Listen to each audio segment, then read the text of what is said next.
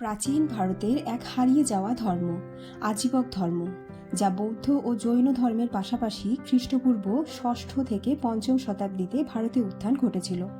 এই ধর্ম 24তম তীর্থাঙ্কর মহাবীরের বন্ধু মাক্খালিপুত্র গোশালার দ্বারা প্রতিষ্ঠিত। তিনি একসময় মহাবীরের সহযাত্রী ছিলেন, কিন্তু মতপার্থক্যের জন্য নিজের ধর্ম প্রতিষ্ঠা করেন। এই ধর্ম অনুসারে নিয়তি সব কিছুকে নিয়ন্ত্রণ করে।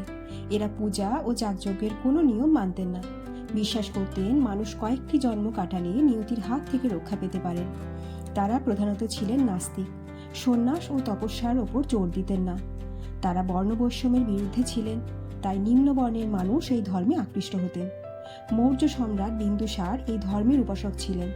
তার পিতা চন্দ্রগুপ্ত মৌর্য জৈন ধর্ম ও পুত্র অশোক বৌদ্ধ ধর্মের প্রতি আকৃষ্ট ছিলেন, কিন্তু তার নাতি দাশরথ আজীবক ধর্মের শেষ বড় পৃষ্ঠপোষক। এই ধর্মের উদ্দেশ্যে বিহারের বারবারা ও নাগার্জুন পাহাড়ের গুহাগুলি দান করেন। এই ধর্ম মানুষের জন্ম, কর্মফল ও পরজন্মের সমস্যার কোনো সমাধান দেয়নি, আত্মোন্নতির কোনো পথ দেখায়নি, বরং নিয়তির শক্তিকে নিয়ন্ত্রণ করার চেষ্টায় তন্ত্র সাধনা ও কালো জাদুর পথে পা বাড়ায়। ফলে মানুষের দূরত্ব বাড়তে থাকে। তবুও 2000 বছর ধরে টিকেছিল এই ধর্ম। হিউয়েনসাংয়ের বিবরণী থেকে জানা যায়, বাংলার তাম্রলিপ্ততে প্রচুর আজীবক উপাসক ছিলেন। এই ধর্ম আজ নিঃশেষ, কিন্তু ইতিহাসের পাতায় প্রশ্ন তোলে, মানুষ কি নিয়তিকে নিয়ন্ত্রণ করতে পারে?